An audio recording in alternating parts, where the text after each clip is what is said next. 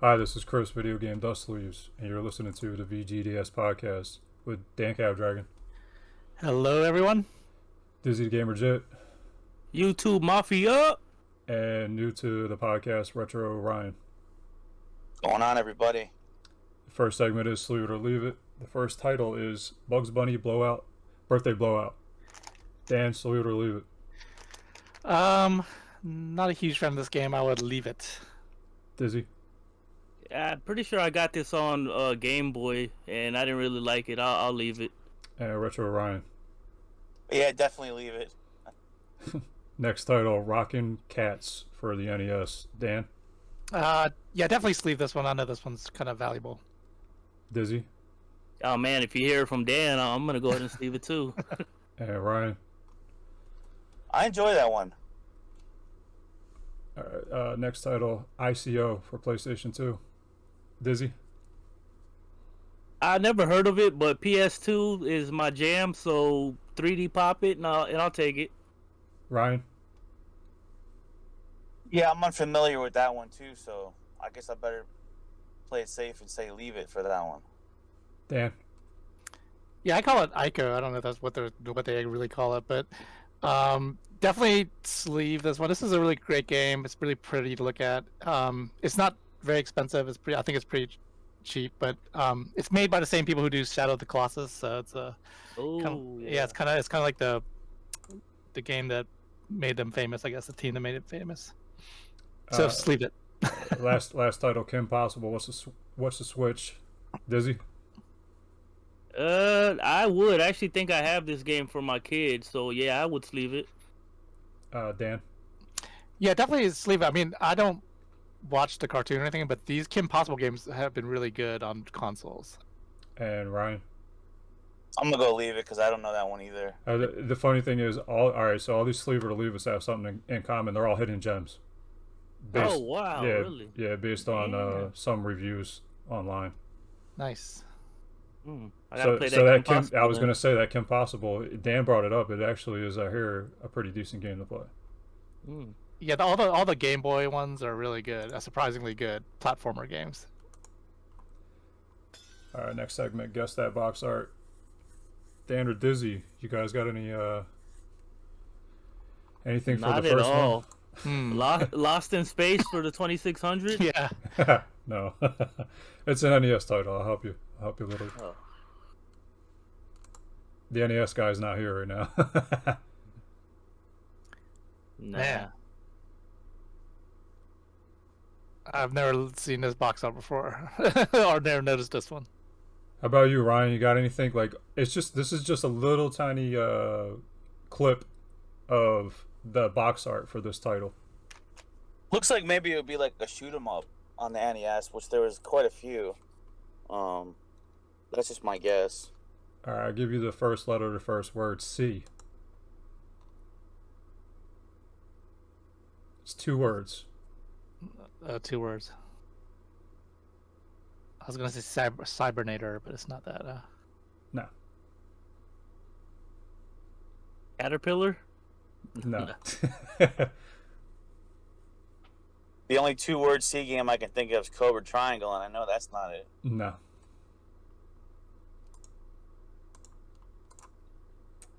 Second word starts with an M.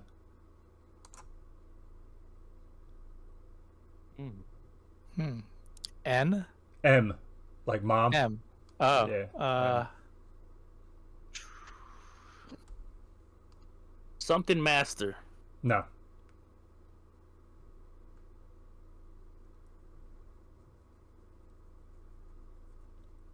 Damn, you got us stumped with this one. Yeah, Chris. definitely. Damn. What about the next? That one might be a little easier. Yeah, I know that Oh one. yeah, I know what that is. Go ahead. Paperboy. It's Paperboy. Super Paperboy. No. No. Paperboy 2. Yeah. There you Paperboy go. 2 for the Sega Genesis. Does that have something to do with the first one? Nah, nowhere's near anything to do with the first one. I just figured take you off of that because you guys are stumped. Yeah, you might have to bring that one back. Yeah, I think it is. It's Oh, about wow. it's going to have to come back. Bones isn't here. Bones would probably guess this one. It's been a while since we had to bring one back too. Damn. Well, there's not a lot of us in here, so Yeah, I think that's what it is. Bones probably Yeah. would have got that. Something M. Yeah, CM. I don't know. 2 words. I don't- It looks like if you mix the robot, it looks like if you mix like R2D2 with what's the one from Power Rangers? I know what you're talking about, but I don't know his name. Yeah, Alpha. something like that. Yeah, and I bet that image has nothing to do with the game. Or does it? Nah, I don't think it. It might, just a little bit. You know how games are deceiving with the box art sometimes. Yeah, that's what that looks like. And I can't even really give you any more hints, like, because it's not something that. And the other hint will probably give it away, right? I mean, definitely one of the words it would give away if I was just like, all right, I can give you the second word basically. They use a pickaxe in these. It starts with an M. A miner. So yeah, it's Whoa. Was it Crystal Mines? yeah, you got it. There you go. Oh, There man. you go. Dan pulled it. Man, Yep. that was a good one. Crystal Mines for the NES. I can't even picture what that box art looks like, though. Yeah, me neither. All right, since Bone's not here, I'll do the next segment, logo sleeve of the month. This month is Retro Ryan. Yeah. His logo sleeve is available for those that want it. Just contact me, and yeah, we'll have it to you. Proceeds go to Ryan anytime one of these gets sold. Since you're here, Ryan, what would you like to see in your NES sleeve? Like, if somebody purchased your sleeve, what would you like to see in it? Oh, good question. There was an MTV game show, and let me while I'm talking about that, try to get the name right. And it was short lived. Yeah, I think I know what you're talking Let me about. see, it was called MTV Remote Control, Right, and that would Oh, be yeah. a beautiful fit for that case with the MTV inspiration from the Moon Man. Yep, And I yep. see that. yeah, so Looks that would cool. look cool in there. Definitely, call. definitely would work. All right, Dan. All right, franchise of the month. Every month I pick a franchise and we discuss it. And this month is a franchise that we haven't got to yet. It's one of the more popular franchises for the Sony PlayStation. One of their exclusive titles, and it is Ratchet and Clank. Ratchet and Clank the series started out back on the PS2 days and has persisted until today. We still have a Ratchet and Clank coming out every now and then, most recently for the PS5. So yeah, I'd just love to hear anybody's thoughts about the series, any installments in particular that are good, and just in general, what your experience with this franchise is. And let's start with Dizzy. I do have Ratchet and Clank Up Your Arsenal. That's the only one I've have. I was actually talking about this with one of my co-workers today about PS2 games, and he told me that Up Your Arsenal is the best Ratchet and Clank game there is. But I don't have too much experience on the game or any of the other ones, so that's the only one I know about. But I've heard it's a really good franchise. All right, and how about you, Chris? You must have some of these games, right? Shit, like 2 maybe. I'm not too big on this franchise. I never got a chance to play it yet. So Not too big. I mean, you don't like it, you just don't know it. no, I just don't know it. Okay. But I do, like Dizzy said, I did hear it's really good. I heard the PlayStation 5 release was decent. A lot of people that I know played that game, so they're giving it a pretty good rating. Yeah, I'll just say that. Yeah, this is one series I never really played a lot. When the first series first came out, all my friends were playing it, but I just never got around to. I was into RPGs at the time, so I was playing more of those. But I did pick up the latest one, and it is beautiful. It looks like it's people say it looks like a Pixar cartoon on your PS5 when you're playing it. So, yeah, so it's definitely worth checking out. It's a beautiful game. But let's hear from our guest Retro Ryan about his thoughts on Ratchet and Clank. Yeah, I think it's a great series. It definitely, you know, crosses generation lines because like a young kid can enjoy this, but an adult could enjoy these games. So I've never played the original ones on the PS2, but I have the remastered trilogy. It was a affordable way to just get them all, and kind of upscaled. And yeah, this was we were talking before the show. This is a really difficult series to collect for, just based on the sheer number of releases. And if you look at like the PS3, how many releases they put out on it, just a ton. And then you had I believe the one that was called Quest for Booty, kind of a funny title. I believe that was Europe only, but it does play fine on a North American PS3. So that's another one of the things that kind of had to research. Can you even play this game? If it's somebody like me, I didn't know that. If you could play a non-North American title. But yeah, and that's one, like, I think that they're still offering something like if you buy it digital, it comes with another game, or it's like one of the other. It's too many to remember, but if you buy one of the PS3 Ratchet and Clanks, it comes with the Quest for Booty one free. Oh, wow. Or no, I think if it's you buy the Quest for Booty game, it comes with another game. So like a mini game within that. Something confusing like that. But then there's also the PSP ones, which were fun too. And one of the only ones I'm missing is that PS5 one, being that I do not have a PS5 yet. But that's one of those, Xbox has obviously their franchises over the year. Back in the day, it was big on Gears of War and Halo and all that kind of stuff.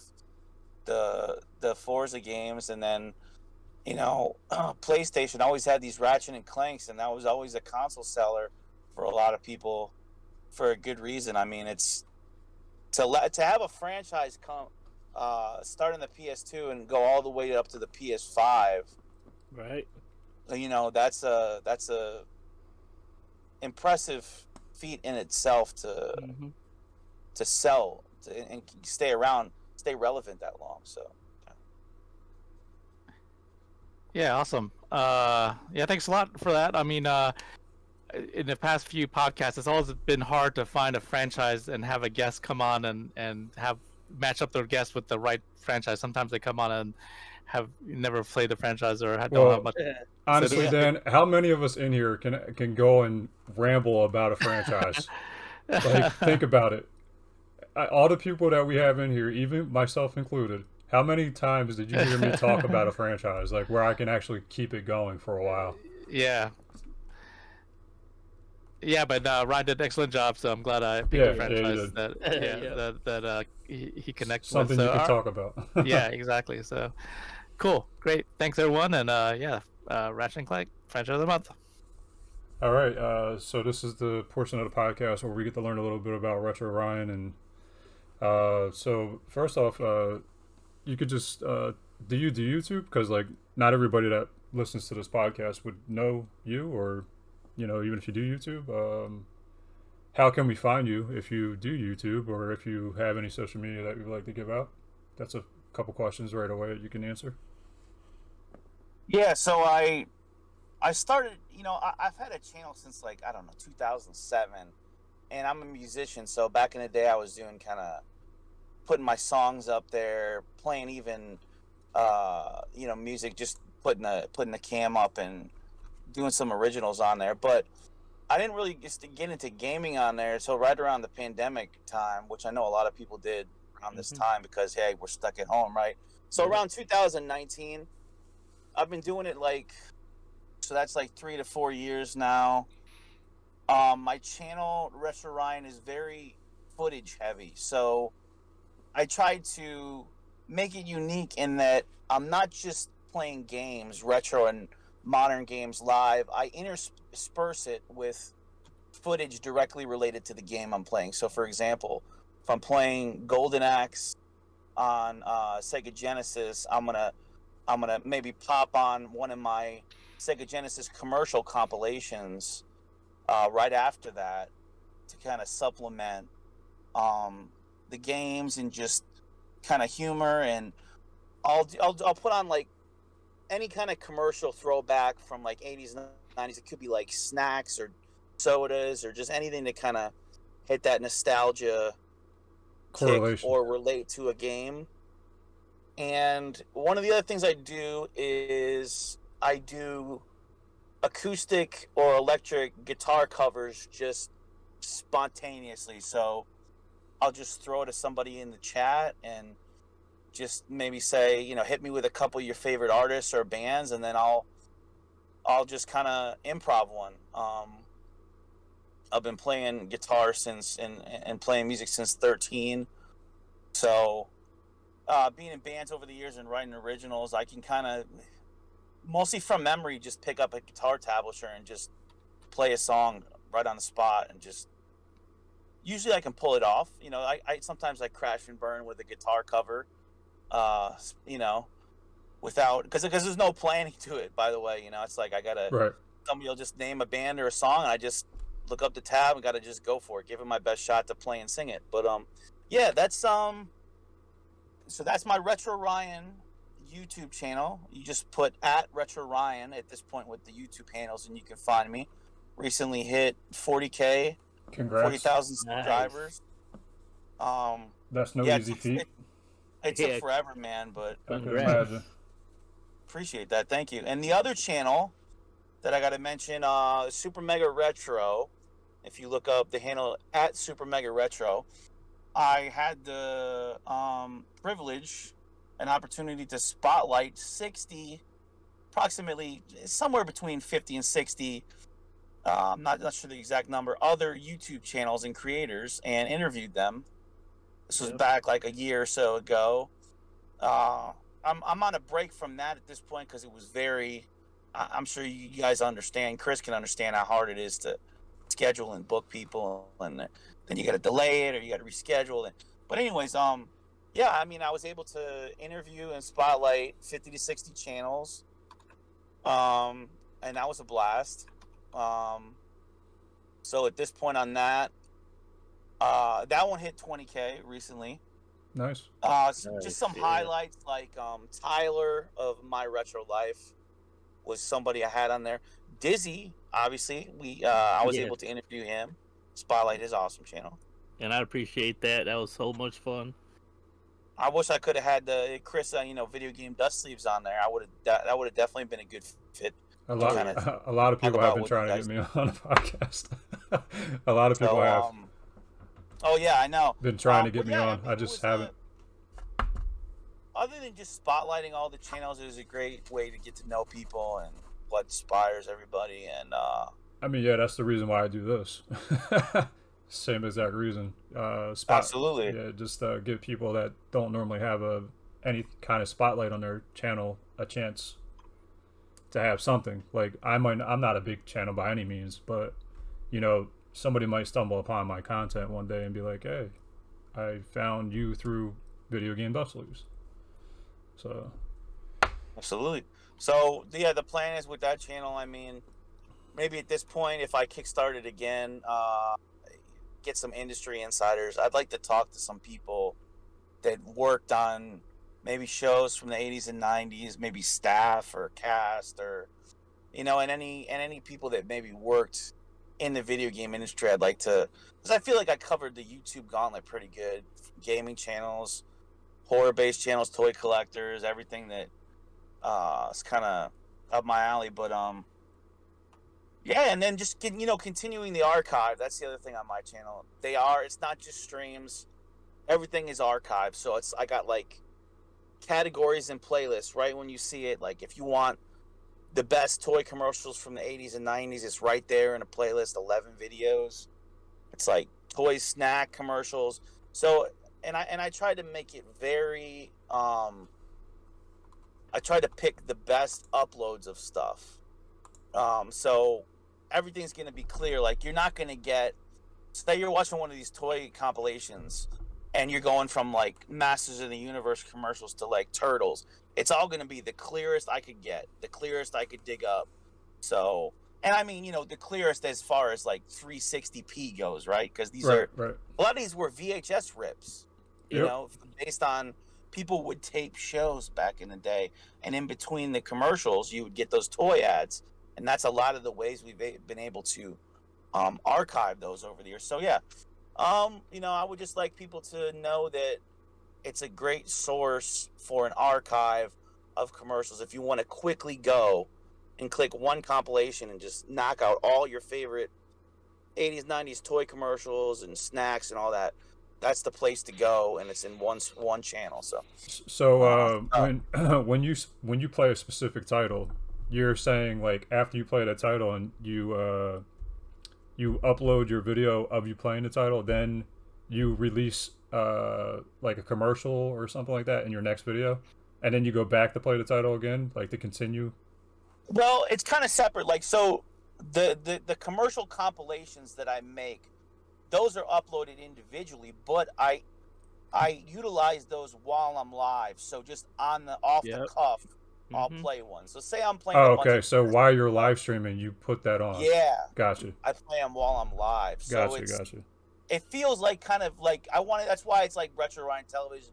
I want it to feel like my gaming when I'm gaming live is the show, and then when I'm on commercial break, it's commercials that relate to the games I'm playing. Yeah, that's so, cool. Yeah. There's somebody else that does that besides you, and I can't think of the person's name, but there is somebody else that does it. Nice. Yeah. I mean, it's interesting. He has it set up to where it's like a little television, and it's like you're watching a commercial while he's on break. Yeah, I'm sure I wasn't the first, and I know. Yeah. I'm sure you weren't know either. that what I find is at least when I started in 2019, somebody was one or the other, right? So what I mean is they were either just gaming or they were just an archive of commercials, and I wanted to combine the two. At least at that point, I hadn't seen anybody that did it. Honestly, the idea came to my head from watching Pat the NES Punk's charity streams. Because what he did, if you guys have seen any of those back in the day, what he would do is before he started the show and on breaks, he would play a lot of those commercials. So that just gave me the idea, what if while I'm gaming, I play those too? So that makes sense. Just to tip the hat off of where I got the idea, I would say from him. Right.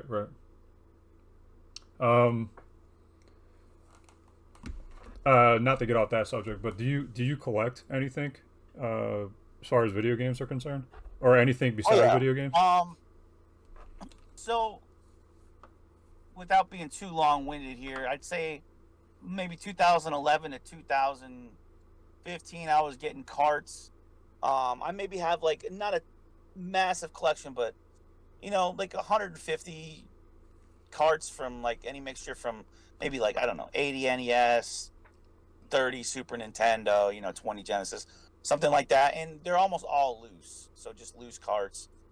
What got me off that by around 2016 was I bought EverDrives, so that filled in the gaps of anything out of my price range or being able to play ROM hacks. So once I got those, then I moved on to like having a Pi for live streaming. That's what I like to use for ease of use. So I can go from, NES all the way up to like Dreamcast on the Pi 4 and do it live and just jump quickly console to console. But yeah, a little bit of everything, man. So, and I'm a big toy collector too. What's your grail in your toy collection? Let me think. My grail. As far as like action figures, I have a original Scare Glow, which are not super expensive, but pretty hard to come by. I mean, they're probably like $200 to $250 for an original one. The the play sets I have, I really enjoy getting those. Obviously, in original Castle Grayskull, Snake Mountain.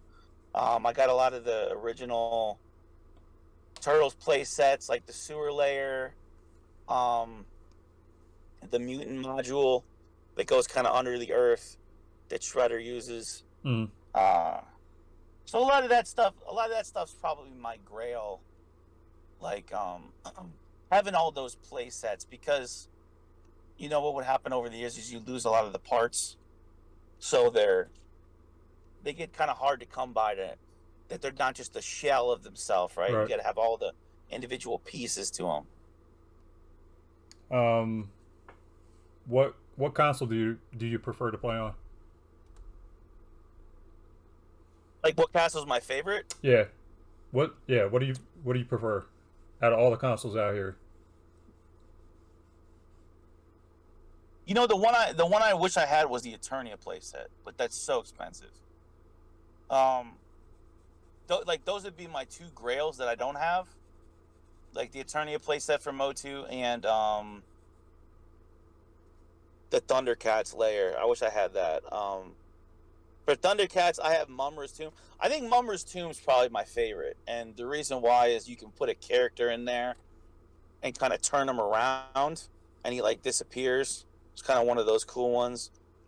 I also have one of my other favorite play sets is, there was this line, I think you guys probably remember from the 90s, holograms were really big, right? Yep. Yeah. And there was this line called Supernaturals of toys where they would have like a hologram in their chest, like you would take off a piece of armor. Yeah, I think I know what you're It talking would have about. like a Yeah. skeleton. You remember It would have that? like a green skeleton hologram inside. Yeah.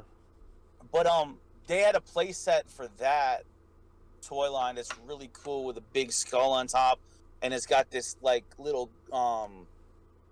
casket you can put the characters in and flip them in that too, and it's got a hologram inside. Again, so I like those play sets where they have that feature where you can make like a character disappear into it, and so you can flip the casket upside down, and it's like they go away, and you make them come back. Stuff like that, you know. All right, to go back to video gaming, what console do you prefer to play on? What console? Oof. You know, I'm a simple 8-bit, 16-bit guy, so it's probably like, you know, NES being my first. That's my number one. That was my first console. I had that action set with the green, the orange the orange Light gun. Yeah, the zapper. The zapper. Yeah, that's what I was searching for. And then I'd say probably number 2 is Super Nintendo, and number 3 was Genesis. I mean, the simplicity, but the fun factor in those 3 consoles is just, that's where the nostalgia is with me over anything disc-based. Is just, you know, going back to 8-bit, 16-bit. They're infinitely replayable. Yeah, you're right. Any preference on controller, or is it just the same generation?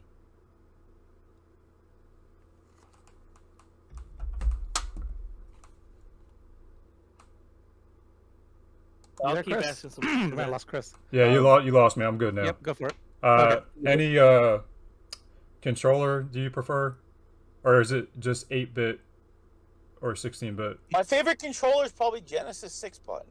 Okay. Yeah, that's a Yeah, good that's a one. good That's a Yep. really comfy, great controller for fighting games. Improved upon the original Genesis controller that was just 3 buttons. Yeah, definitely. Yeah, that really does it for me, that one. All right, my last one. Favorite gaming character. I'm going to add this to the podcast because, like, I always think of it, but I never asked it. So this is the first one I asked it on. What's your favorite gaming character of all time? I gotta go with the simple one. It's just Super Mario. Super Mario, There's so many great Mario. There's games. nothing wrong with that. Nothing wrong with it Yeah. at all. All right, You know, Dan. I would say number 1 would have been Donkey Kong if we had gotten more games. I wish we had gotten more games because I love the Donkey Kong Country trilogy so much. Right. You know, and I feel like when Rare got sold off, we got shortchanged on what could have been. There just could have been a lot more releases, you know, that we didn't get. It could have been even ahead of Super Mario. You could say the same thing with Banjo-Kazooie then. Yeah. Oh yeah. Yeah, it got sold Agrees. too. Yeah. All right, Dan. Any questions? Yeah, just a couple. So in terms of gaming, what is there a game? Which would be if you could? What's a grail game for you that we would love to hunt down for yourself? Good question. Let me think. I bet everybody says Samson, don't they? No, actually, believe it or not, everybody has their own thing. Nobody really says Samson. I'd love to have that Okay. game, but yeah. I always, I'm a big Mega Man guy, so I always wanted X3, and it's so expensive. Yeah. So that one's always been out of reach. I wish I had bought Gun Knack when it was only like $100 game. I think it's maybe $400 or $500, maybe even more. Yeah. At this point, Gun Knack's a really fun shoot 'em up on the NES. One of the ones that this is not even expensive, but one of the ones I thought was a really cool custom. I seen this guy. He takes that one Ghostbusters game on NES. You guys can maybe help me out. Was it like Ghostbusters? It's like the one that's top down, right? It's a really good one where you can pick up the ghosts. It's a confusing title. Was it like Real Ghostbusters 2? Something like that, and it was only released in Europe or something. Yeah. Anyways, like they make a custom of that, and it's in a translucent case, and they make it look like it's slime inside it. That's cool. So, I've seen that. That looks so cool. You've seen that, right? Yeah. Yeah. So like stuff like that, like would be, it's kind of a grail too, because I'd like to get some of those hacks that they get really creative with.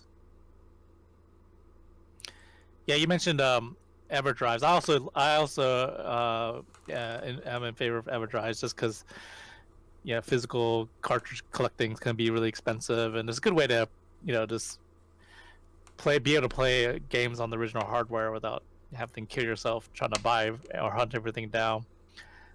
So when you use EverDrives, do you try to put the entire library on there, and do you actually play through all the different games, or is it just stick to just whatever games you're interested in?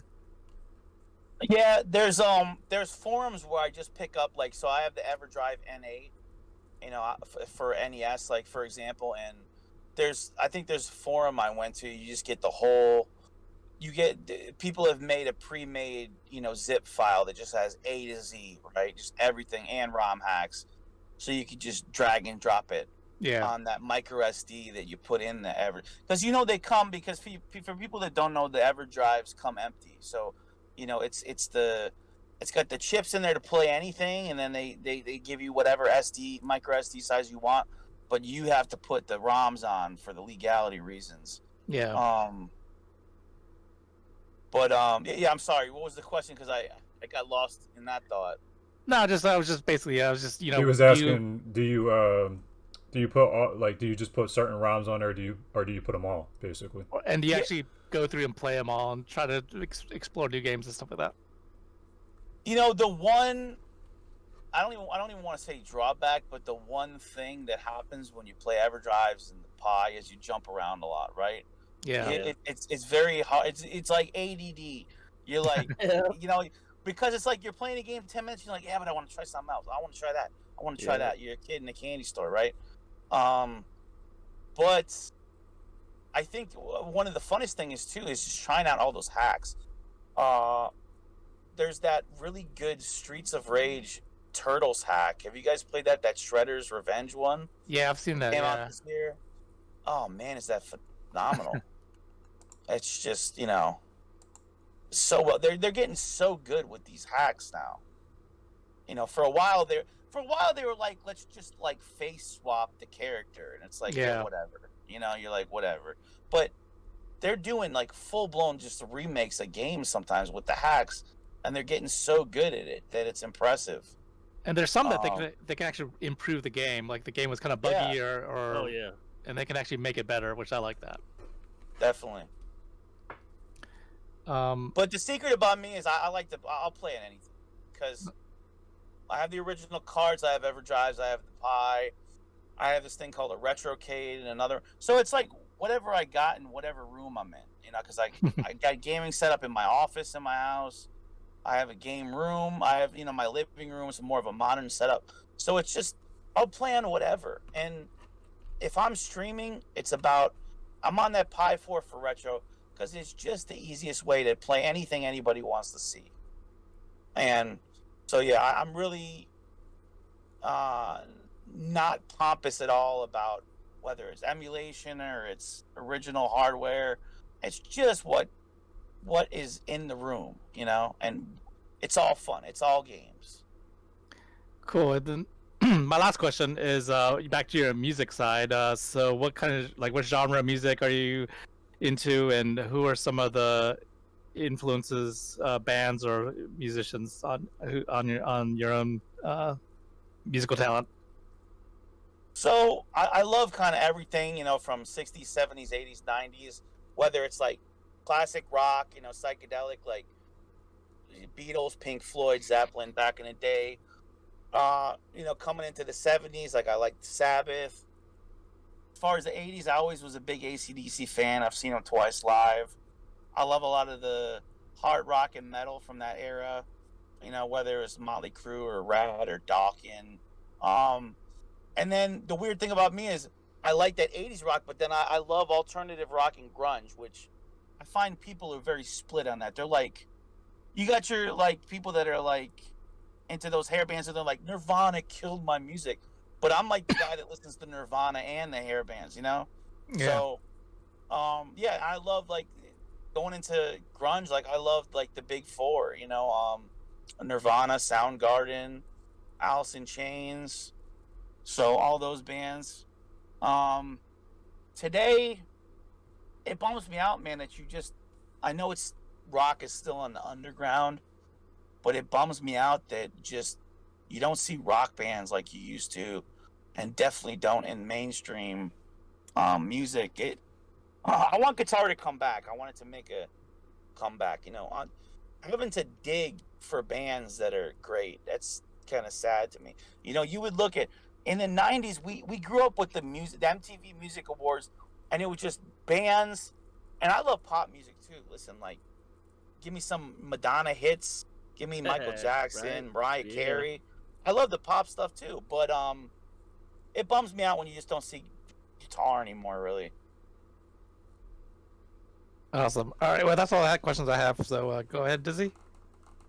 Yeah, I've been a fan of Retro Ryan and his channels for a while, so everything he talked about at the beginning is pretty much all the stuff I love, from the commercials live to retro pie gaming to the, like he was saying, him just pulling out a guitar and just freestyling about somebody in the chat. That's different. That's new. That's something I really like seeing. But you were saying about the commercials and archiving everything. And one thing I like new now is all the shorts you've been doing, because it's a lot of the old TV shows we used to love back in the 90s, early 2000s. What feeling do you want a person to get when they jump on your YouTube channel and start looking around? What's the feeling you want that person to have?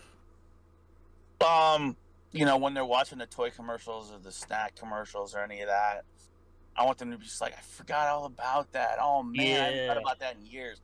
Just that feeling you have when you haven't, and you get that with music too, right? You hear a song that you haven't heard in a decade, and you just remember where you were, what you were doing, just that moment in time. I love, just giving people that,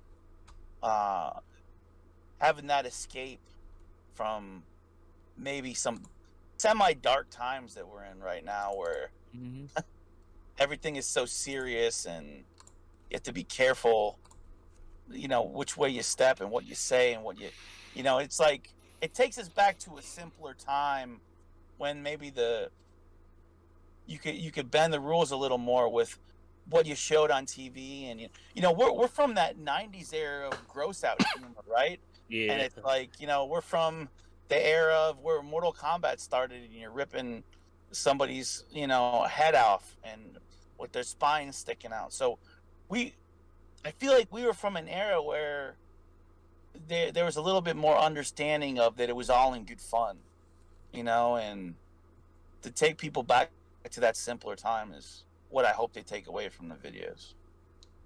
Oh yeah, definitely, and I get that every time I'm on there because the commercials are the same commercials we used to look at Saturday mornings with a bowl of cereal, waiting for the cartoons to come on. So And all by the those way, feelings come I'm a back. big fan of your stuff, man, and I love the unique humor and the skits you do, and you personalize it all your own, and that's what I look for on YouTube. Like a guy like Weird Paul, his channel. I don't know if you guys are familiar with him.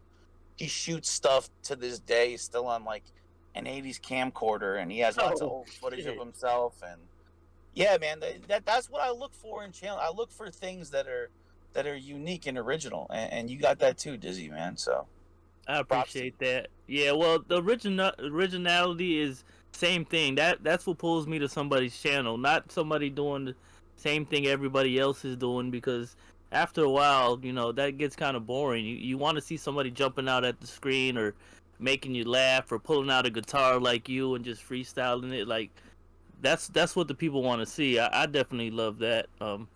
Going back to the archiving you were talking about, what is what's a commercial you remember from back in the day that you have not seen anywhere? Like it's not on YouTube. It's you can't even find this commercial. Is there anything you remember back in the day that you wish you could still see now, commercial wise? So I've been able to find pretty much everything that I wanted to. It's usually like more of I wish I could find a better copy of it. So Oh I wish yeah, it was a little more clear. I wish the only version of it wasn't like off of VHS that somebody had taped 5 weddings and a Super Bowl on. Like all yeah. that tracking and dirt on it. I wish it was because I do go for the clarity when it comes to those. Like I was saying before, documenting and archiving these because I want these to I want this footage and these toys to be seen by future generations because what they did back then was they would set up like almost like movie sets just to film the next He-Man character in a commercial to get you to buy. The amount of effort that they put in to stuff, and these days all we get is insurance ads and flow from Progressive and stuff that makes you Yeah. want to bang your head against the wall. We used to get really creative commercials that were funny or just you could see the production was there, and we just don't get that anymore. So I like documenting that lost art. Yeah, that's true. You're definitely doing that. So that the commercial thing and the shorts, that's all been working for you, and I've been loving them because, like I said, I can go on there watch something from Married with Children that I saw back in the '90s, and it kind of takes me back to when I was a kid back again. So that's all been working out great. One more thing I was gonna ask you mentioned Pat the NES Punk before, and I believe him. I believe I saw him do like a promo or a skit on your Super Mega Retro channel. How did that Yeah, come about? he's on the intro. So the way that came about was uh, through the site Cameo. So I remember when he first got on that site. What Cameo is a site where a lot of people will make like celebrities or people that are YouTube or even people that have been in movies or somebody even like David Hasselhoff's on there and like they'll do a promo. You pay them a certain amount of money, whatever they're asking for a promo. But like with Pat, it was like he was like, if you guys want a birthday wish or something, you're like this, hit me up on Cameo. But my idea was like, well, let me get him to do not a birthday wish, but like something from his game room, like he's introducing our channel. I think that would be cool because that whole show was about spotlighting other channels. So I thought it would be cool somebody like him that was one of those first channels, like the Game Chasers or Happy Console Gamer, that was one of the first channels I watched. It'd be cool to have him kind of in that intro doing a little shout out. So yeah, I just hit him up on Cameo to do it, and like within a day or two, he sent the video over. I thought it was cool. What I utilized in that, back to my love about Donkey Kong, was I had him shoot to his Donkey Kong plush at the end, and I made it kind of a joke, like, you know how he has Donkey Kong the plush talk in his videos. Yeah. I made it say Super Mega who, like, what channel is this, who is this, what is it? So kind of like mocking. I made it kind of like, so he's in it, but he's kind of mocking our channel. So just Yeah, that was hilarious. That was hilarious. If anybody hasn't seen that, I advise them to go on your channel and check that out. It's funny. Thanks, man. I got one more question. Since Bones isn't here, I'll ask for him. Do you have any GI Joe collectibles in your toy collection? Oh yeah, that's one. As much as I love Transformers and GI Joe, that's one of my weaker collections. As in, I only have 6, 7 Transformers, and GI Joe. My favorite is the Destro variations. Just really cool with the chrome head on there. I like one of the characters I have is, I think, like Big Boa. Is he the one with the glove, the boxing gloves? Yeah, the boxer guy. Yeah. Yeah, I love that one. He comes with the crocodile. Or no, that's a different guy. Crocmaster. Crocmaster has a crocodile. Yeah. That's another one of my favorites that I have. So, yeah, I just picked up some of the ones I had as a kid, and I don't have a ton. Like, I picked up some of the re-releases where Walmart had like a reissue of that Hiss tank, the Cobra Hiss tank, and I do prefer the villains over the heroes in GI Joe. I just think they're Nice. they're cooler. I got the Cobra Commander, the hooded Cobra Commander in blue. So just a few favorites, but yeah, I definitely dig GI Joe. Nice. Yeah, that's all the questions for me. All right, Ryan, do you have any questions for us?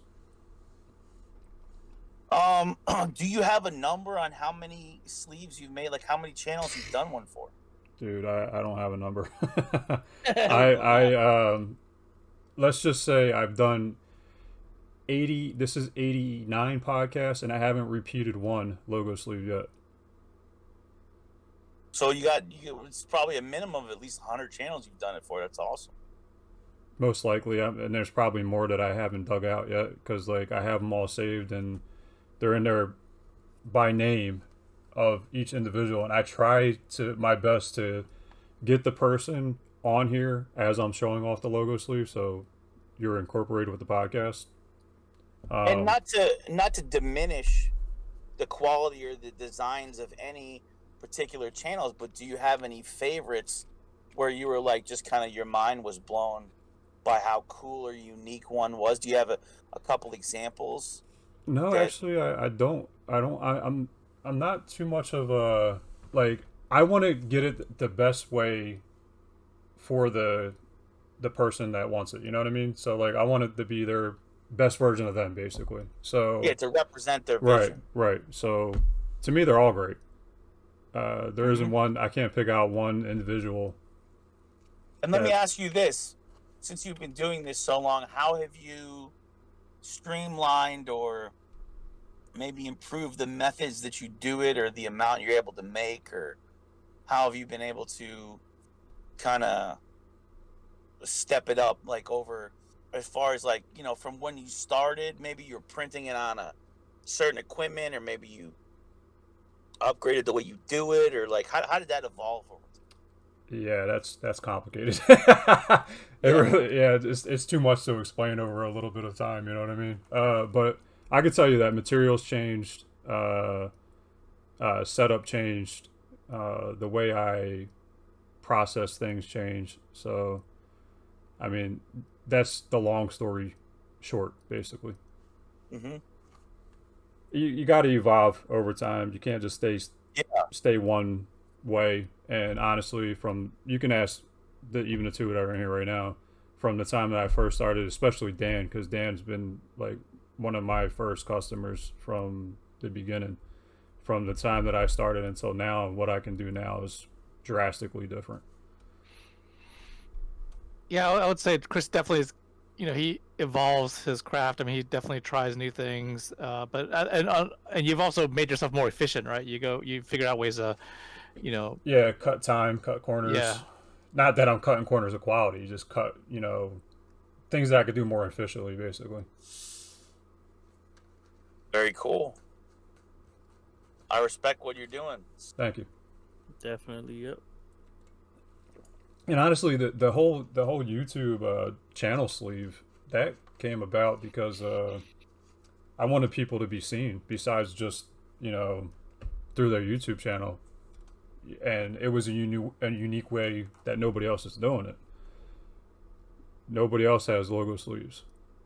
Only me. Yeah, I love that you offer that too, and that's something you make because I'm on my merch is on Teespring or Spring or whatever they changed it to, and I find actually the amount of products very limiting. So, I mean, where are like the custom like channel mouse pads you can make and sell, or where's like the custom, just like there could be like a million examples I could give, but it's like the only ones I've been able to really utilize are the shirts, the stickers, and the coffee mugs.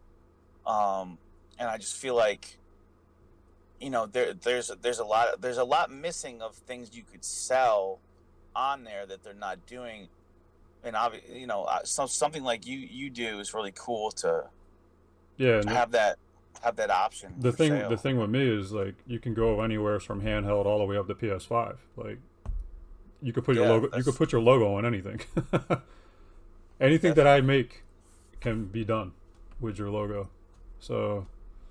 And the plus side is a little bit goes to you. Like, I do these at cost. I don't even make money on these for the most part. Yeah. Like, this is just a passion project. Yeah, anything that extra that comes in goes right back into the sleeve making process. So like, so any logo sleeve that's made, that portion goes to you. The other portion is just me recouping what I've already put into it.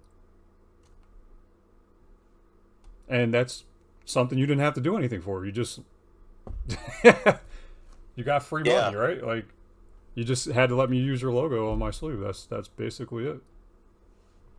No, yeah, you're an entrepreneur, man. I mean, do you have any other goals, like any other things you're looking to do or make, or? There's a couple. There's like something on the back burner that I've been thinking about, but I don't want to give too many details away on that yet. Yeah, I hear you. It still involves sleeves, obviously. Like I'm not gonna really go into like everybody keeps asking me if I'm gonna go to the box making. I'm really trying to stay away from that because I'm video game dust sleeves. I'm not video game dust box. Like so. I mean, like to an extent, I might dip over to that a little bit, but it's really on one-on-one basis. Like I'm not gonna go much farther than. Like if somebody came up to me and was like, "Hey, could you do me this favor and make a box for me?" Like I just recently did something for Drinking Games with Josh. His is actually a box, not a sleeve, and I did those because I knew he was going to give them away as a giveaway. So like he has 12 of them, he's giving away 11 of them, keeping one for himself. So, I mean. In like that kind of circumstance, I'd probably do it. But like otherwise, I'm trying to stay away from boxes. I'm keeping to my guns. That I've started sleeves. I'm gonna stick with it. Yeah. And once if you start doing too many things, then they forget what they know you for. It's yeah. I mean, I got the variety with the sleeves. There's plenty of different sleeves to pick from. And honestly, I just added another version recently. Dan came up with an idea, so that's gonna, as long as it does what it's supposed to do, I'm probably gonna offer that eventually too. Dizzy, you'll like this one. Oh yeah, all right. I'll be staying tuned. It will bring the 90s back. Oh, I love it already. Chris is the godfather of YouTuber merch. If you guys didn't know, Dizzy keeps saying that. godfather. I mean, all these different YouTubers that we watch, Chris they all have a sleeve from Chris. They all got their logos out there, and it's a way to get their channel out there even more because I'll order a couple sleeves of maybe like 10 different YouTubers, and I'll send them out. So it's not even me just ordering mine. I'm ordering YouTuber, sleeves from different people, sending them across the country. So it's getting everybody's name out there. And honestly, when people do that, when they ask for others YouTube sleeves, and if they don't have one, as long as there's a way that they can get in contact with them and either get them to talk to me about it, I'm always willing to do anybody's logo sleeve. So, and Ryan's point in case of that, Dizzy asked for it. I didn't have it. Dizzy contacted him. He got in contact with me, and that's. We made it happen. Now he has one. Now he has two. Not only one, he has two. So, they're definitely available for anybody. I'm not biased on any level. Honestly, I started this out for the smaller YouTubers. Not too many bigger YouTubers really know who I am. So. And they look great on the shelf. One thing I stress with people is the importance of display. So, Dizzy knows all about this. When you look at Dizzy's game room that he streams from, you can just tell that he's put that personal touch on the way he displays all his collectibles with the games. And there's everybody has their own way of doing that. And it adds a lot to your game room or your backdrop on a stream. And what I love is when you'll see people putting those dust covers up behind them on a shelf, and you can see the other channels that they're maybe friends with or they know or they watch or whatever. It's great for display. Yeah, definitely. Yeah, there's plenty of ways to display them too. And they don't take up a lot of space, so that's another plus side. Definitely. Any other questions? No questions. Just really appreciate you having me on. Hey, no problem. I'm glad. Appreciate you coming on. Glad Dizzy steered me this way. I had been meaning to get in touch with you. Yeah, thanks. Yeah, basically since the interviews were going on, I wanted to reach out. But just how stuff is. You go from one project or one video to another, and you forget things you were trying to do. It happens to everybody. Like you got life. You know what I mean? That's besides this is life. So I completely understand. So we'll finish off with the game of the month. And basically, what game of the month is, Ryan, is just you're just gonna either tell us something you've been playing or something you look forward to playing or anything. It doesn't have to be. It can be anything random. But just one game that you look forward to playing or currently playing or anything like that. Dan? I'm still trying to get some time to play Street Fighter 6 some more. So that's my game of the month.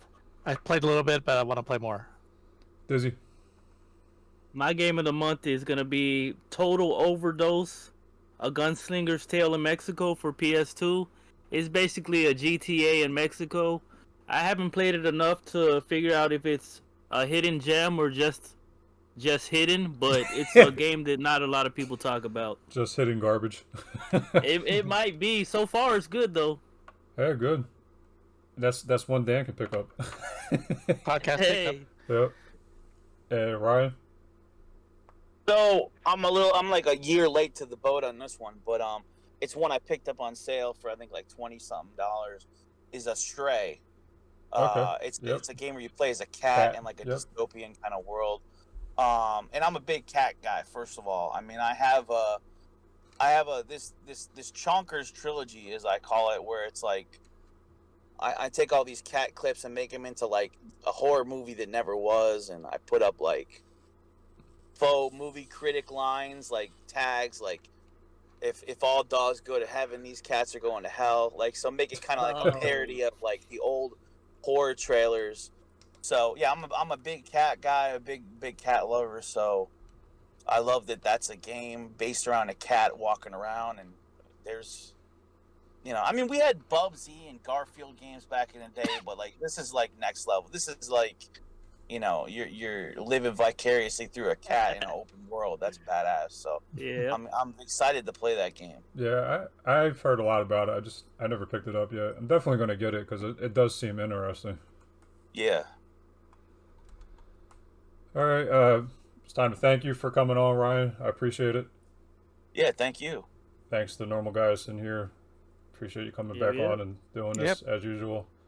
Please comment, like, and subscribe. As always, don't blow, just sleeve. Later. See ya. Bye, guys. All right, I guess Bones isn't going to make it, so I left him a message that said just come in if he happens to get up. So Okay. it's not a big deal.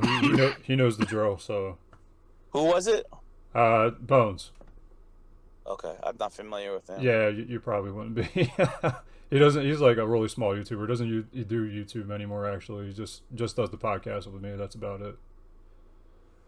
I think my favorite thing you did, and I know it's like not unique to a smaller channel, but I really like when I seen what Brady bought for Mario 1, 2, and 3.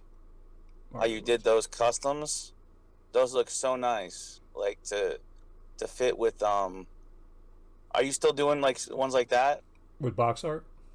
Yeah. Yeah. I thought you did an awesome job with those. Thank you. And like, do you ever make them gloss like that? They are gloss. Yeah, they look glossy. That was like, I was impressed. Thanks. Yeah, they are glossy. If you ever get your hands on one, you'll see. I have 2 different versions, but there's multiple stuff out now compared to what I used to do. Like, you're talking about stuff that when I first started a long time ago. Yeah.